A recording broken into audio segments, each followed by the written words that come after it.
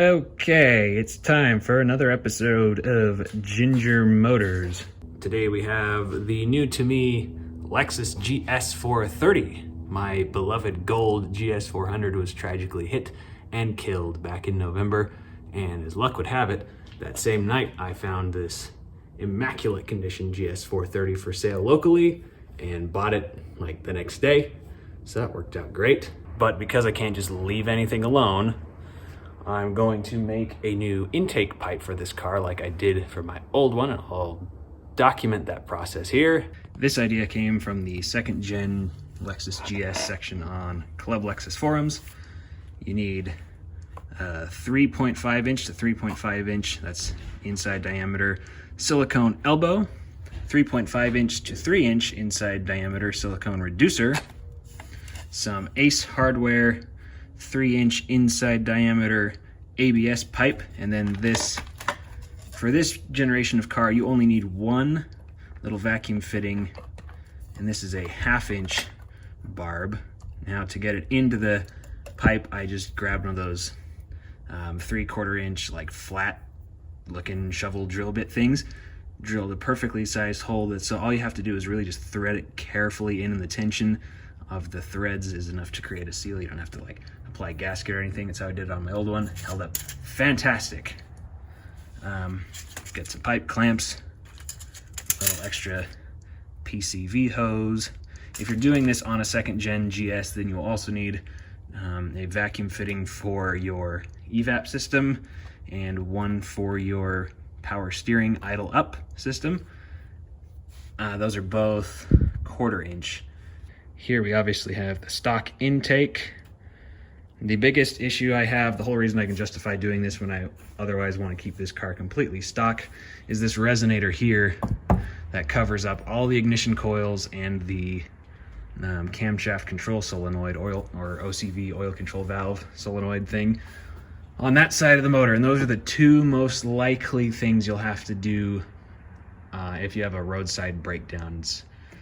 Usually ignition coils or OCVs. And so because of the resonator, you have to take the intake off, which means you have to take this crap off, which means you have to take that crap off, which on the side of the road is a pain. So I'm justifying this whole thing by making that intake pipe with no resonator. So all you have to do is pull the engine cover, you get to the coils and the OCV, and you get more of that sumptuous V8 noise, because why would you buy a V8 to not hear it? That's what EVs are for.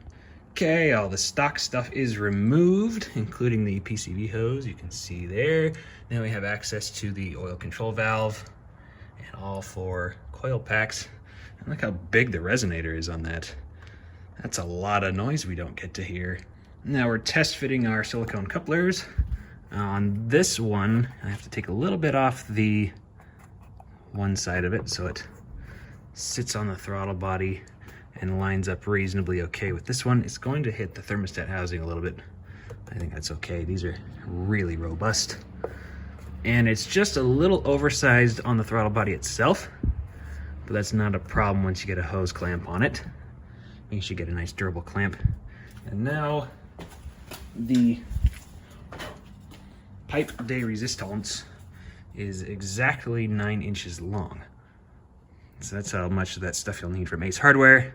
We want to leave the stock MAF housing and air filter box and all that stuff in place because, one, a cone filter is really just a hot air intake, and while it sounds cooler, sound doesn't equal speed, and your engine's gonna pull timing because it's sucking in all that hot engine bay air. And keeping the stock MAF housing means the computer doesn't have to recalculate anything, or sometimes you can actually get check engine lights if this housing's a different size because the air flow volume is much different than what it's expecting to see. So keeping the stock air box is ideal, and that's why we're only doing this section. How much actual performance gain we get remains to be seen, although I will say my GS400 did seem to pull a little harder, upwards of 60 miles an hour than this one does, and I don't think it's because of weight.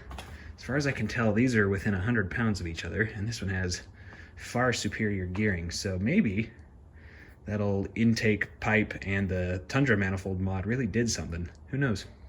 Also, when you're installing your reducer onto the stock housing, you do have to stretch it up and over a little bit Just be careful not to cram your fingers into the MAF sensor while you're doing that. And while this is apart, we're going to replace the missing throttle body bolt. Big shout out to whoever had this taken apart last. Get your act together. And I know my throttle plate is gross. I will clean that as soon as it's not negative butt outside. Now I'm gonna clamp the elbow onto the throttle body with this thing in place so that there's no deformation from touching the thermostat housing. That's gonna keep it from shoving in later. I gotta stop the camera. I need 2 hands for this job. Test fit of the engine cover seems to clear just fine, thank goodness. Okay, the test fit of the complete hose. It kind of has to come out of this elbow at a downward angle and then go in at a little funny angle on this one just to make sure everything lines up, since we are contacting the T-stat housing down there. But everything looks good, so we're gonna install some hose clamps here and then put our PCV hose on. Okay, so it turns out the stock hose clamps are not actually big enough to fit over the largest section of pipe where your PVC pipe clamps in, so you'll want to keep the stock hose clamps in their original positions here at the throttle body and here at the RF sensor, and then we'll use these big fat boy hose clamps that came with my coupler on the pipe section parts. I'm in love with my car. For the PCV line, I just grabbed some of this crap from O'Reilly's. What size is this? 15, 30 seconds? Need about 12 inches of it. It's pretty tight fit, totally doable though. It ain't going anywhere, it's nice and durable. Speaking of durable, if your intake hose is cracked and you don't want to spend the, what ridiculous amount is it, like $300 on an OEM one, this is way beefier. And I think it cost me about 50. So if nothing else, it's a totally viable replacement alternative. And there we go. I wouldn't exactly call those hose clamps beautiful, but at least now you can clearly see you can get to the oil control valve, no issues.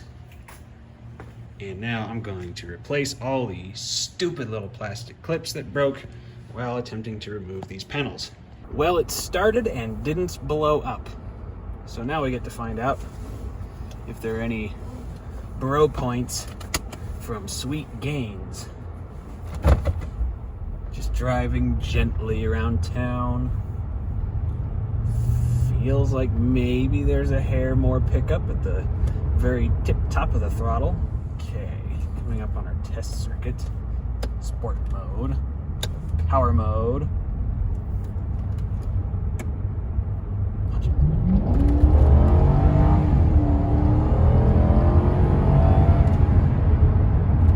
Second gear.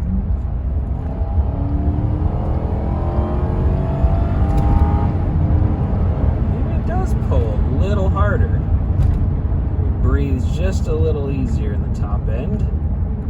You can hear the throttle blips just a little better. And yes, you can blip an old slush box.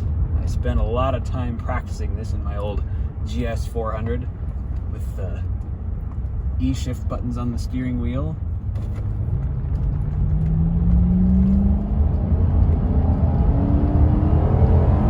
Not as much of a gain in intake noise as I expected.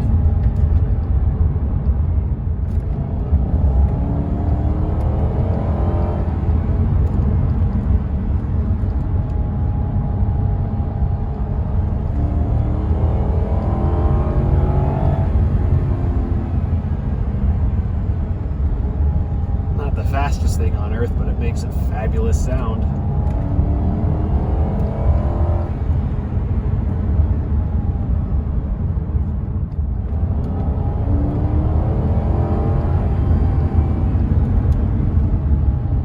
I mean, honestly, what can you expect from a PVC pipe? But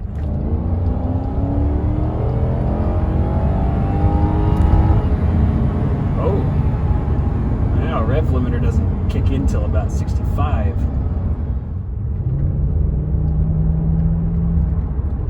Yes.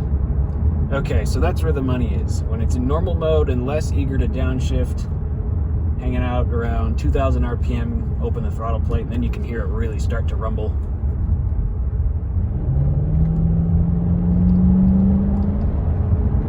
There we go.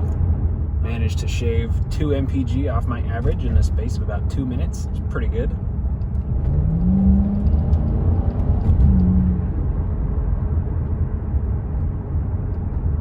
Yeah, I like that. Just a little extra intake noise when you're really getting on it.